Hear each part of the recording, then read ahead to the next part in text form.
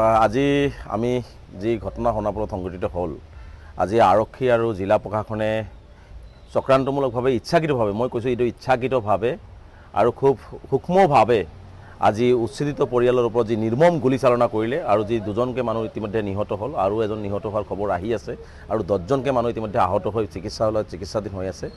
এই ঘটনাটোক আমি তীব্ৰভাৱে নিন্দা কৰিছোঁ। অসম চৰকাৰক তীব্ৰভাৱে আমি গৰিহণা দিছোঁ।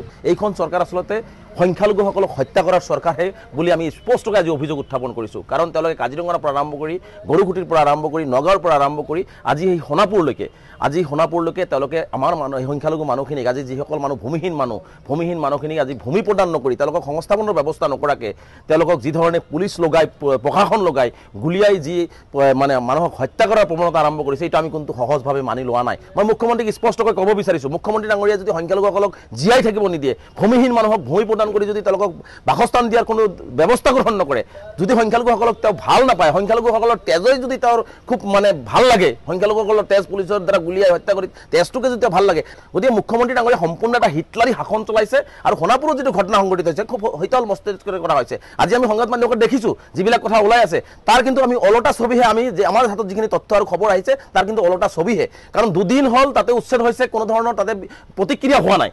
প্ৰতিক্ৰিয়া নোহোৱা অৱস্থাত আজি যেতিয়া সেই উচ্ছেদিত মানুহখিনিয়ে বিভিন্ন ঠাইত যাব বা তেওঁলোকৰ যিহেতু ঘৰ বাৰী নাই, চৰকাৰে সেই মানুহখিনিক এটা ব্যৱস্থা গ্ৰহণ কৰিব লাগিছিল যে ক'ৰবাত হয়তো তেওঁলোকক জীয়াই থকাৰ কাৰণে কিবা এটা ব্যৱস্থা কৰি দিব লাগিছিল। কাৰণ তেওঁলোকৰ ল'ৰা ছোৱালী আছে, বুঢ়া পিতৃ মাতৃ আছে, সেইখিনি মানুহকতো থকাৰ কোনো ঠাই দিব লাগিব, কাৰণ সেইটো কেৱল ভাৰতীয় নাগৰিক। তেনে ক্ষেত্ৰত সেইটো ব্যৱস্থা নকৰি আজি তেওঁলোকে উচ্ছেদ কৰা বয় বস্তুখিনি যেতিয়া ৰাস্তাৰ কাষত থৈছে, নিজৰ বয় বস্তু কিতাপ পাতিৰ পৰা আৰম্ভ কৰি খোৱা চাউল দালি ধান এইবিলাক যেতিয়া ৰাস্তাৰ কাষত থৈছে, সেইবিলাক যেতিয়া যাই প্ৰশাসনে সেইবিলাকৰ ওপৰতো যেতিয়া বলডুজাৰ চলোৱা আৰম্ভ কৰিছে, তেতিয়া ৰাইজে সেইটো বাধা প্ৰয়োগ কৰিছে যে আপোনালোকে এনেকুৱা নকৰিব, আমাক অলপ সময় দিয়ক, বৰষুণৰ দিন, গতিকে আমি স্বইচ্ছাই যিহেতু আপোনালোকে দুদিন ভাঙিলেই, গতিকে আমি এইখিনি বস্তু আঁতৰাই লৈ যাম। তেনে ক্ষেত্ৰত আৰক্ষী প্ৰশাসনে কোনো ধৰণৰ তেওঁলোকৰ অনুৰোধ বিনোধ ৰক্ষা নকৰাৰ কাৰণে তেওঁলোকে ব্লেংক ফায়াৰ কৰি দিলে। ব্লেংক ফায়াৰ কৰাৰ লগে লগে মানুহ উত্তেজিত হ'ল আৰু তেওঁলোকক ব্লেংক ফায়াৰটো নহয়, আচলতে ডাইৰেক্ট তেওঁলোকৰ যিটো ভিডিঅ' ফুটেজ আমাৰ হাতত আহি আছে, শিশুৰ পৰা আৰম্ভ কৰি বৃদ্ধালৈকে যি ধৰণে পেটৰ নাড়ী ভুঁড়িলৈকে তেওঁলোকে উলিয়াই দিছে, আচলতে তেওঁলোকে কোনো ধৰণৰ তাতে ব্লেংক ফায়াৰ কৰা নাই।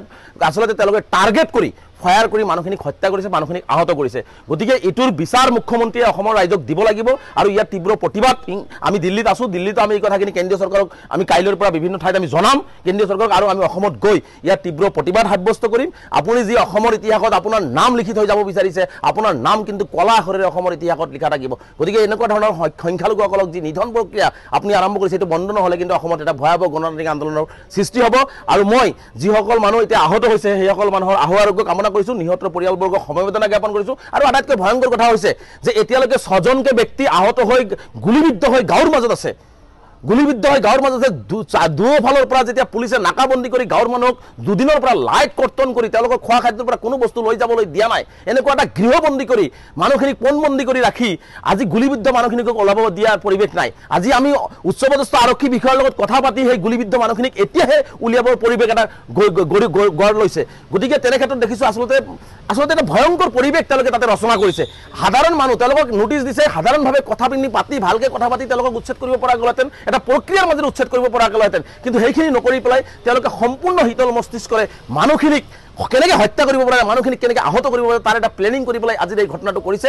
আৰু ইতিমধ্যে আমি খবৰ পাইছোঁ, আমি অসমৰ DGP মহোদয়ক আহ্বান জনাইছোঁ যে বহু ছাত্ৰ ছাত্ৰীয়ে আজি স্কুলত গৈছিলে, এই ফায়াৰিং হোৱাৰ পিছত দুয়োফালে ৰাস্তা বন্ধ হোৱাৰ ফলত এই শিশু বা ছাত্ৰ ছাত্ৰীসকলে বিভিন্ন জংঘলত বা বিভিন্ন ঠাইত পলাই আশ্ৰয় ল'বলগীয়া পৰিৱেশ হৈছে, এতিয়ালৈকে ঘৰ যাই পোৱা নাই। গতিকে সেই মানুহখিনি যাতে নিৰাপদে নিজৰ পৰিয়ালৰ কাষত যাই পায় তাৰো ব্যৱস্থা গ্ৰহণ কৰাৰ কাৰণে আমি আহ্বান জনাইছোঁ। আৰু মুখ্যমন্ত্ৰী ডাঙৰীয়াক পুনৰবাৰ কৈছোঁ যে আপুনি মুখ্যমন্ত্ৰীৰ গাড়ীত বহি ভূমিহীন মানুহখিনিক ভূমি প্ৰদান কৰক, ভূমিহীন মানুহখিনিক তেওঁলোকে সংস্থাপনৰ ব্যৱস্থা গ্ৰহণ কৰক।